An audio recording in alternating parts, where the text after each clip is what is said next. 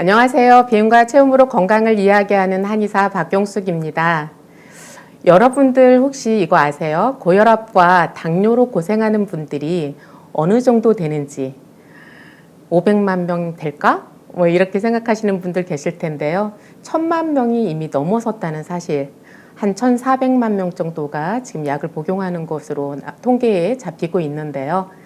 처음에는 그냥 혈압약 먹으면서 당뇨약 먹으면서 조절하면 되지, 이렇게 평생 먹는 약이라고 하니까 그렇게 따라가면 되지, 이렇게 생각을 했는데, 그런데 이게 10년, 20년 이렇게 지내다 보면 약을 복용함에도 불구하고 혈압 조절이 안 되고 혈당 조절이 안 되고, 조절이 안 될 뿐만 아니라 거기에 따른 합병증이 이렇게 병행하는 경우가 많아요. 이렇게 합병증이 오고 나서 후회하면 그때는 이미 돌아갈 길이 너무 멀어서 이제 원래 상태로 돌아가기가 매우 힘든 그런 상황에 처하게 됩니다. 제가 진료하면서 안타까울 때가 그럴 때예요. 한 20년, 25년 돼서 혈당 조절이 너무너무 안 되고 근육량이 너무 소실되어 있고, 이럴 때는 제가 도와드릴 수 있는 부분도 굉장히 제한적이어서, 자, 이러기 전에 저는 예방을 하는 것이 가장 좋고, 그리고 또 질병이 발생했다 하더라도 초기에 치료를 하는 것이 또 그 다음으로 중요하다, 이런 생각을 하고 있는데요. 자, 그런 측면에서 오늘은 당뇨 전 단계에 있는 분들에게 도움이 될 만한 그런 말씀들을 공유하고 싶어요. 자, 당뇨 전 단계, 이것은 내당능 장애 이렇게도 이야기하는데요. 내당능 장애, 이런 진단을 받았을 때 굉장히 긴장되고 이제 앞으로 어떻게 해야 할까 막막한 그런 생각을 가지신 분들 많으실 텐데요. 오늘 저와 함께 하시면서 거기에 대한 힌트를 얻으셨으면 합니다.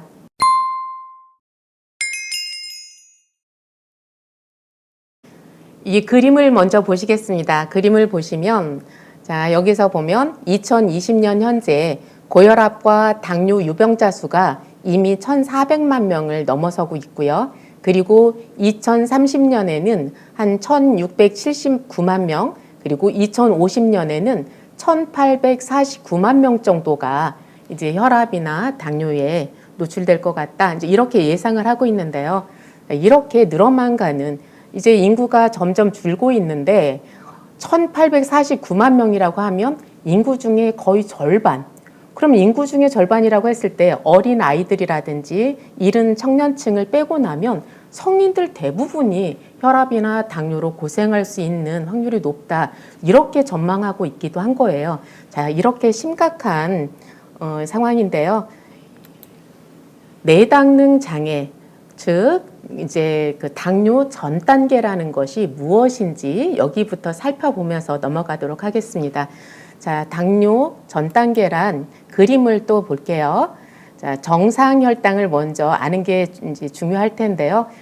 공복 혈당, 즉 공복 혈당이라는 것은 저녁 식사 후에 8시간 이상 아무것도 먹지 않고 아침에 일어나서 쟀을 때 혈당, 이것을 공복 혈당이라고 해요. 자, 공복 혈당이 100 미만인 경우를 정상 혈당이라고 해요. 그리고 식후 혈당은 식후 2시간 혈당이 140을 넘어가지 않을 때 이것을 정상 혈당이라고 하는데, 저는 이제 약간의 견해차가 있어요. 그러니까 식후 2시간이 아니라 식후 30분일 수도 있고 1시간일 수도 있고, 어쨌든 식후에 가장 높은 혈당이 140을 안 넘어가도록 이렇게 관리하는 것이 가장 바람직하다, 이렇게 생각을 하고 있는데요. 어쨌든 식후 혈당이 140을 넘어가지 않는 범위를 정상 혈당이라고 해요. 그런데 공복 혈당이 100을 넘어서서 125까지, 100 내지는 125 사이에 있을 때 공복 혈당 장애라고 하고요. 그리고 이제 식후 혈당이 또 140에서 199, 그러니까 140을 넘어가고 200은 안 되고 이 사이에 있을 때 내당능 장애라고 하는 거예요. 물론 공복 혈당 장애도 내당능 장애라고도 이야기를 하고요. 포함이 되는 이제 그 단어라고 생각을 하시면 되고요. 그래서 내당능 장애 중에서도 특히 이제 공복 혈당이 문제가 될 때 이제 공복 혈당 장애라고 하는 거죠. 즉 식후에는 혈당 장애가 없는데 공복에만 혈당 장애가 있는 분들이 있어요. 이런 경우에는 이제 떼어서 공복 혈당 장애 이렇게 얘기하는 거고요. 공복 혈당 장애랑 식후 혈당 장애가 둘 다 있을 때에는 그냥 합쳐서 내당능 장애 이렇게 이야기하곤 하죠. 그리고 이제 공복혈당과 내당능 장애 이렇게 두 가지, 그러니까 공복과 식후의 혈당 장애가 두 가지가 있는데, 그런데 이것이 내당능 장애 단계를 넘어서서 그리고 공복혈당이 125를 넘어갈 때 이제 당뇨병으로 진단할 수 있는데요. 이렇게 공복혈당과 식후혈당으로 당뇨를 진단하기도 하고요. 또 당화혈색소로 진단을 하기도 해요. 그래서 당화혈색소가 6.5%를 넘어가면 그러면 이제 당뇨의 단계에 접어들었다 이렇게 진단하기도 하는데요. 어쨌든 이렇게 내당능 장애라는 것이 무엇인지 이제 알아보았어요. 내당능 장애로 진단을 받으면 대개 두 가지의 경우로 나뉘더라고요. 그래서 어떤 분들은 뭐 이것쯤이야. 이제 뭐 아직은 당뇨가 아니니까 좀 더 조심하면서 운동 조금 하고 이렇게 하면 괜찮아지겠지. 이 정도로 생각하고 넘어가시는 분들이 있고요. 어떤 분들은 어떡하지? 나 이제 당뇨가 될 수도 있는데 이거 걱정인데 이렇게 불안해하시기도 하고 그러면서 이것을 어떻게 극복할 수 있을까? 이렇게 막 열심히 찾아보기도 하고 고민하고 이런 분들이 계세요. 자, 저는 이 내당능 장애를 진단을 받으셨다면 정말 적극적으로 여기에서 완전히 해결하고 넘어가자 이런 말씀을 드리고 싶어요.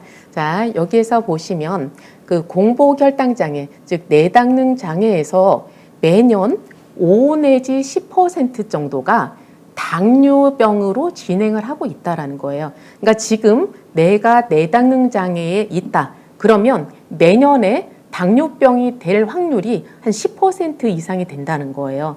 그런데 내가 지금 겪고 있는 이 내당능 장애가 그러니까 즉 공복혈당이 100을 넘어서서 120이 나왔어요. 그런데 어젯밤에 많이 먹고 자서 오늘 한번 120 나왔어요. 그런데 내일 재봐도 일주일 후에 재봐도 정상이면 그건 괜찮아요. 그런데 오늘도 이상하고 내일도 이상하고 그리고 일주일 후에 재봤더니 또 혈당이 좀 높게 나왔어요. 자, 그렇다면 이것은 이미 어느 정도 진행되어져 온 내당능 장애라는 거예요. 즉 내가 아직 당뇨병이다 라고 말할 단계는 아니지만 어제 오늘 일주일, 2주일, 한 달, 두 달이 아니라 몇 년 전부터 진행되어져 왔을 확률이 굉장히 높다는 거예요.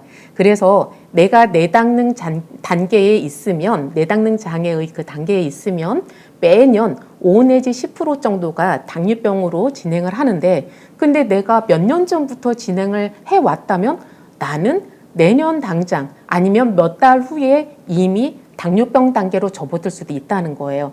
그리고 내가 내당능 장애의 어떤 초기 상태에 있다 하더라도 5년 후에는 거의 나는 당뇨병 단계로 다 접어들어 있을 확률이 굉장히 높은 거예요. 그래서 나는 그냥 확실한 당뇨병 환자가 될 수밖에 없는 그런 상태라고 인식을 하시면 이 내당능 장애의 단계에서 나의 어떤 대처 이런 것들이 얼마나 중요한지 이런 걸 실감하셨으면 좋겠어요. 그래서 제가 들어가는 부분에서도 말씀드렸지만 10년, 20년, 25년 이미 합병증 단계에 접어든 그 상태에서 돌이키려면 굉장히 힘들거든요. 그런데 이 내당능 장애 단계에서는 얼마든지 완전 정상 단계로 이렇게 돌이킬 수가 있기 때문에 여기에 이제 집중을 하셨으면 좋겠는데요. 자, 그렇다면 이제 내가 내당능 장애 단계에 접어들었다. 그러면 왜 이런 혈당 조절 장애가 생겼는지 이거에서부터 한번 알아볼게요. 원인 또는 과정을 이해하면 거기에서 내가 앞으로 어떻게 대처해야 할지 그 대책이 또한 나올 수 있다고 생각을 하거든요. 자, 당뇨는 왜 시작될까요? 자, 혈당이 높다. 이것은 누가 뭐래도 내가 너무 많이 먹어서 그럴 확률이 높은 거예요. 그죠? 내가 많이 먹으면 즉 탄수화물 위주로의 그 식사를 계속했을 때 이제 나한테서 포도당이 너무 넘쳐나는 거예요. 그러면 그런 것이 내가 에너지로 사용하는 것보다 많을 때, 즉 인풋과 아웃풋이 같으면 살이 찔 리가 없는 거고 혈당이 높을 일이 없는 거예요. 그런데 들어오는 것은 10만큼 들어왔는데 내가 사용하는 건 5밖에 안 돼요. 그러면 5는 남잖아요. 그럼 이 남는 부분을 우리 몸에서 저장할 수밖에 없다는 거예요. 그래서 혈당이라는 것이 무조건 나쁜 게 아니라 혈당이 없으면, 당이 없으면 우리는 생명력을 유지할 수가 없어요. 그래서 포도당이 들어오면 이것은 어디로 가냐면 주로 근육으로, 그리고 간으로, 그리고 남는 부분은 또 지방으로 이렇게 가게 되어 있어요.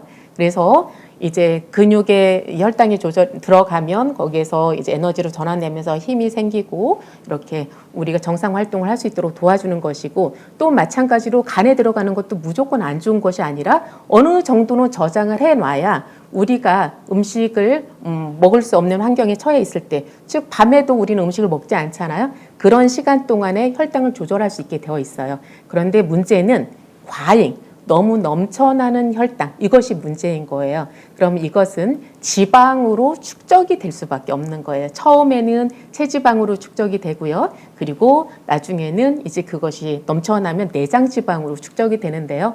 내장지방이라는 것은 이 복부에서 주로 생기는 거죠. 복부의 장기 사이사이에 노랗게 끼는 기름, 이것이 내장지방이라고 생각하시면 되는 거예요. 자, 그런데 이제 문제는 내장지방이나 체지방이 축적되면 이것은 그냥 지방으로서 가만히 있기만 한 것이 아니라 이것 자체에서, 체지방이나 내장지방에서 어떤 염증을 유발하는 물질이라든지 호르몬의 어떤 조절을 이렇게 교란시키는 그런 물질들이 나오게 되어 있어요. 그래서 이 내장지방 그 자체가 문제가 되기도 하고요.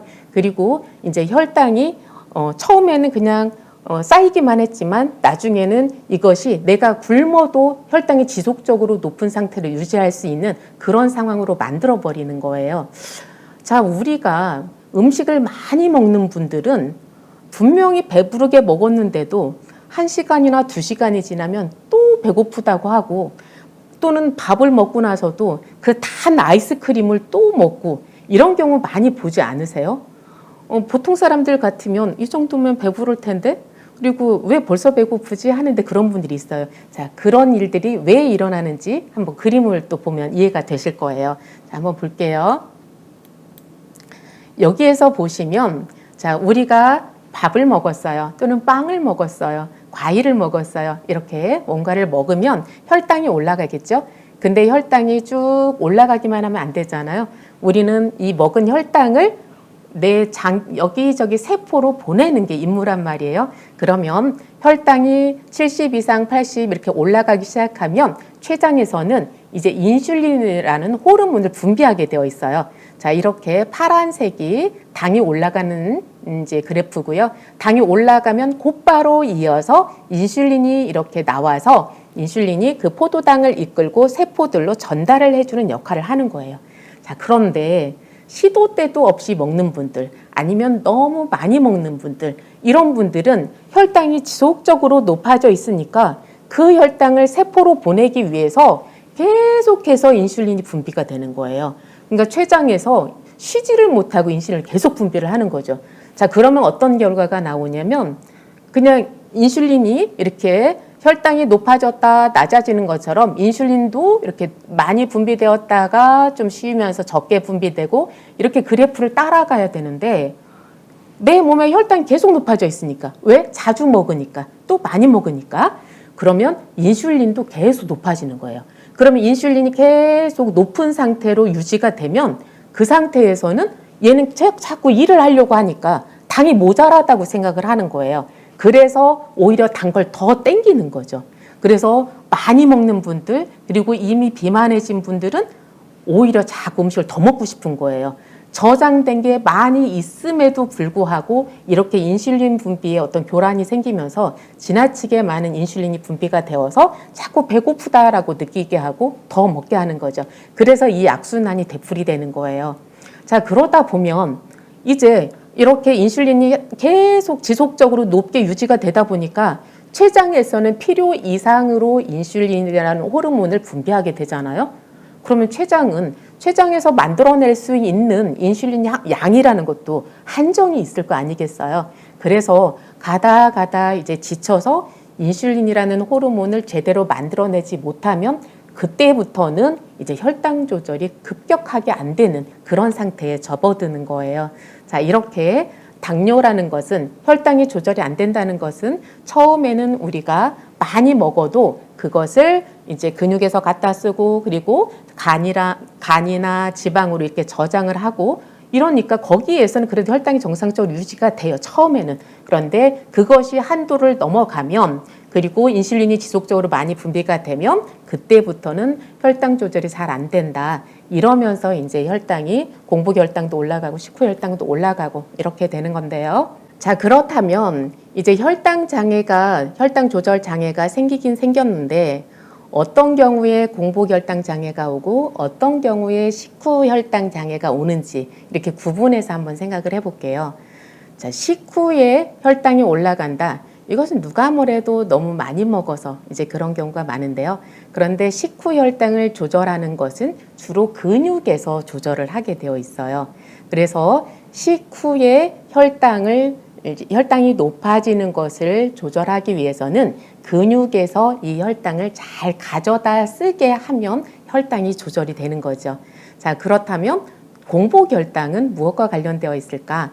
공복 혈당은 주로 간과 관련이 되어 있어요. 그러니까 밤에는 분명히 우리가 저녁을 먹고 그리고 몇 시간 지나서 잠이 들고 그러면 식후 2시간, 3시간, 4시간 지나면 혈당이 떨어지게 되어 있는데 왜 자고 일어나서 아침에 공복 혈당까지도 조절이 안 되느냐, 이제 이 부분을 살펴봐야 되는 거죠. 이렇게 밤에 자다가 혈당이 너무 떨어지면 이제 우리 몸에 위험한 신호다 생각을 하고 간에서는 혈당을 높이려고 하는 그런 기전이 발동이 되는 거예요. 그래서 이제 혈당이 60, 50 이렇게 너무 떨어지지 않게 조절하는 그런 일을 하는데요. 저장된 혈당을 가져다 쓰는 거죠. 그런데 문제는 이 조절 기능이 잘 안 되면서 조금만 높여야 되는데 그때 이제 내장 지방이라든지 이 간에 저장된 그 당이 너무 많다 보니까 얘네들이 따라서 우수수수 그냥 같이 나와 버리는 거예요. 그러면서 이제 그 조절이 조금만 올리려고 했던 게 우리가 물 틀을 때 조금만 받으려고 했는데 그냥 팍 쏟아지는 그런 경우 있잖아요. 그런 것처럼 이게 당이 너무 갑자기 높아지는 거죠. 그래서 아침에 일어났을 때 공복에도 혈당이 높게 유지가 되는 거예요. 그러면 공복 혈당이 높은 상태에서 이제 밥을 먹으니까 혈당이 또 더 올라가게 되겠죠. 자, 이런 악순환을 타는 거예요. 그래서 공복 혈당 장애가 있다. 그러면 내가 간의 어떤 조절 능력이 떨어져 있을 확률이 굉장히 높은 거예요. 그래서 이미 지방간이 이제 진행이 되었다든지 아니면 술을 너무 자주 마신다든지 이런 것들 때문에 몸에서 해독 능력이 떨어지고 이게 간 기능 자체가 좀 떨어져 있는 그런 경우일 수도 있겠고요. 그래서 공복 혈당 장애가 있다 그러면 내가 너무 이제 내장 지방이나 체지방이 넘치는 경우는 아닌가? 아니면 저녁 때 너무 늦게 먹고 자지는 않았나? 그리고 이미 내 간의 상태는 정상일까? 이제 이런 것들에 대해서 한번 생각을 해봐야 되는 거예요. 자, 이렇게 공복 혈당 장애와 이제 식후 혈당 장애가 오는 것이 약간 다르다라는 걸 말씀을 드렸는데요.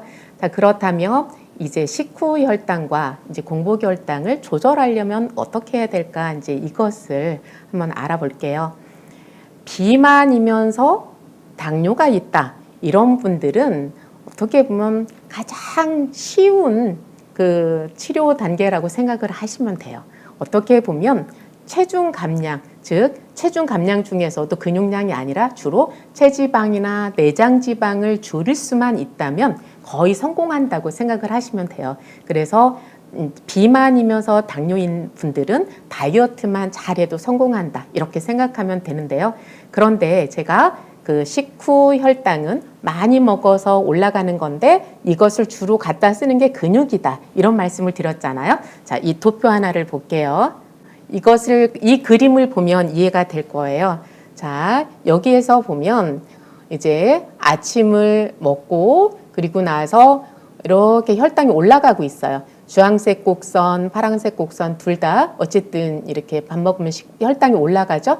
자, 그런데 이제 식후 30분 정도가 되면 혈당이 급격하게 상승을 하기 시작을 하거든요. 그러니까 이제 우리가 유지해야 될 평균 범위를 좀 넘어설 수 있다는 거예요. 그럴 때 보통 사람들이라면 뭐 30분이 넘어도 정상 범위를 넘어서지 않지만 지금 내당능 장애에 있는 분들 얘기니까요. 30분이 지나면 혈당이 급격하게 상승을 하기 시작하는데 그때 운동을 해주는 거예요. 그러면 운동을 하면 막 치솟으려고 했던 그 혈당이 그것을 근육에서 이제 막 끌어당기는 거예요. 그래서 이렇게 높아져 가던 그 혈당이 그래프 곡선이 팍 꺾여서 이렇게 내려오는 거예요. 그래서 식후 혈당 장애가 있다 하시는 분들은 무조건 식후 30분의 운동을 하는 거예요. 그런데 이게 이제 과격한 그런 운동을 하라는 것이 아니라 그냥 산보를 한다든지 제자리 걷기를 한다든지 스쿼트를 한다든지 이런 간단한 운동만 하셔도 되는 거예요. 그렇게만 해도 근육에서 이 혈당을 가져다 쓰기 때문에 식후 혈당이 내려올 수 있다라는 거예요.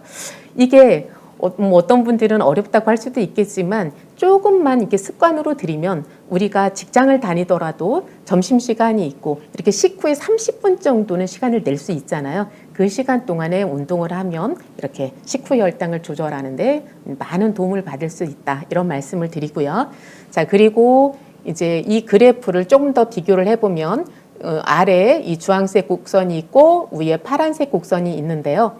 이것은 음식을 어떻게 먹었느냐에 따라서 식후 혈당이 상승을 하긴 하는데 얼마나 많이 올라가느냐가 또 달라진다는 거예요. 이것은 우리는 그냥 보통 밥을 먹는다 그러면 밥을 먹고 이제 국이나 찌개를 이렇게 아니죠. 국이나 찌개는 비슷하죠. 뭐 국을 먹고 또는 반찬을 먹고 또는 국에다가 밥을 말아서 이렇게 먹으면서 이제 반찬을 먹고 이렇게 하잖아요. 자, 그렇게 먹었을 경우에 밥을 위주로 먹었을 때에는 혈당이 훨씬 빨리 그리고 많이 치솟는다는 거예요. 그런데 단백질과 채소, 과일 이런 것들을 더 먼저 먹고 밥을 먹으면 혈당이 조금 덜 올라간다는 거예요. 혈당이 올라가긴 올라가지만 올라가는 정도의 차이가 있다는 거예요.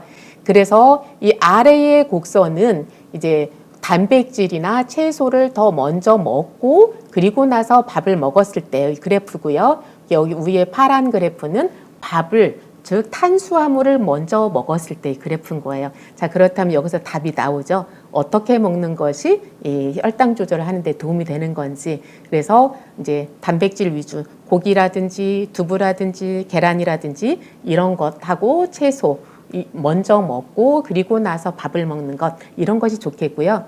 이것은 비단 먹는 순서만 얘기하는 것이 아니라 우리가 단백질을 음식들 그리고 채소 이거를 먼저 먹다 보면 그걸로 먼저 배가 부르잖아요. 그러다 보니까 저절로 탄수화물은 덜 먹게 되는 그런 효과도 있는 거예요. 그러니까 탄수화물 위주로 배가 부르게 먹는 것이 아니라 그 외에 다른 것들로 먼저 배가 부르게 먹다 보니까 탄수화물은 조금 적게 먹는 그런 효과도 있는 거죠. 그러니까 똑같은 밥량을 먹어도 단백질과 채소를 먼저 먹으면 혈당이 덜 올라간다. 이제 이런 그래프인 건데 그런데 제가 바라보는 관점에서는 그거 이상의 또 다른 의미가 있다. 이제 두부나 계란 그리고 샐러드 이런 것들을 앞서서 먹다 보면 뒤에 먹는 밥량이 줄어들 수 있다. 이제 이런 의미도 말씀을 드렸어요. 자, 이런 식이요법이 있을 수 있고요. 그리고 내가 이제 좀 비만하면서 이제 그 당뇨가 왔다 하면 이제 간헐적 단식 이런 걸 많이 생각을 하실 텐데요. 자, 간헐적 단식이라고 했을 때 자, 이 그래프를 한번 보면서 또 참조를 하셨으면 좋겠어요. 간헐적 단식이라는 것이 많은 도움을 줄 수 있는 게 사실이에요. 그러니까 아침 한 끼를 굶는다 아니면 일일 일식 하루에 한 끼만 먹는다 이런 것들이 도움이 될 수는 있는데 그것을 잘못 적용을 하면 그것이 오히려 또 문제가 될 수 있다라는 사실을 알고 시작을 하셔야 될 것 같아요. 여기에서 보면 아침을 안 먹었을 때와 먹었을 때 혈당 그 변화 그래프인데요. 아침을 먹었을 때는 이렇게 혈당이 규칙적으로 올라갔다 내려갔다 이렇게 되는데 그런데 이 빨간색 곡선 아침을 안 먹게 되면 당연히 아침에는 혈당이 굉장히 낮겠죠. 그런데 점심밥을 먹었을 때 혈당이 이렇게 더 높아질 수 있다라는 거예요. 그래서 아침을 한 끼 안 먹으면 이제 내 몸에서는 이제 저장된 지방을 조금 태워서 그걸 에너지로 전환시키고 이런 과정을 거치면서 체중 감량이라든지 혈당 조절에 도움이 될 수도 있는데 문제는 아침 한 끼 안 먹고 좀 허기지다 보니까 이제 점심 때 또 탄수화물 위주로 뭐 국수라든지 빵이라든지 이렇게 밥 위주로 해서 그것을 더 많이 먹어버리는 그런 경우가 그런 실수를 할 수가 있다는 거예요. 그러다 보면은 오히려 혈당이 아침 먹고 점심 먹고 이렇게 저녁 먹고 세 끼를 먹는 것보다 더 높게 올라갈 수 있다는 것, 이것을 좀 참조를 하셨으면 좋겠어요. 그래서 아침에 한 끼를 건너뛰는 것 당연히 좋을 수 있어요. 그런데 그렇다 하더라도 점심과 저녁에 몰아서 먹는 것, 폭식을 하는 것, 과식을 하는 것, 이것을 하지 않을 수 있으면 그렇게 하는 거지, 그것이 자신이 없다라면 차라리 아침에도 이제 정상적으로 밥을 드시는 것이 더 좋을 수도 있다. 이런 말씀을 드려요. 자, 식사요법 중에서 제가 몇 가지 말씀을 드렸는데요. 간헐적 단식, 한 끼나 두 끼를 건너뛰는 게 좋을 수도 있지만 그것으로 인해서 그 다음에 폭식을 한다면 오히려 더 문제가 될 수도 있다. 이걸 참고하셨으면 좋겠고요. 그리고 식후에 식후 30분 지나기 전에 운동을 시작하셨으면 좋겠다. 이거 말씀을 드리고, 그 다음에 단백질과 채소 위주로, 그리고 그것을 더 먼저 먹고 그리고 나서 이제 탄수화물을 섭취하자, 이렇게 말씀을 드렸어요. 자, 이렇게 식이요법 말씀을 드렸고요. 그 외에는 이제 간식이나 그 야식, 이것을 절대 금지하는 거예요. 간식을 하면 제가 이 혈당이 오르는 그 기전에 대해서 처음에 말씀드렸던 것처럼 이미 나는 혈당 조절 능력이 떨어져 있는데 중간중간에 자꾸 간식을 먹다 보면 내 몸에서 계속해서 인슐린이 분비가 되어야 되니까 인슐린이 쉬지 않고 분비가 되면서 이제 아예 교란이 돼버리거든요. 그래서 간식과 야식 끊어버리는 것, 이렇게만 조심하셔도 이제 내당능 장애, 그리고 비만이면서 특히 내당능 장애 있는 분들은 충분히 극복하실 수 있다고 생각을 해요.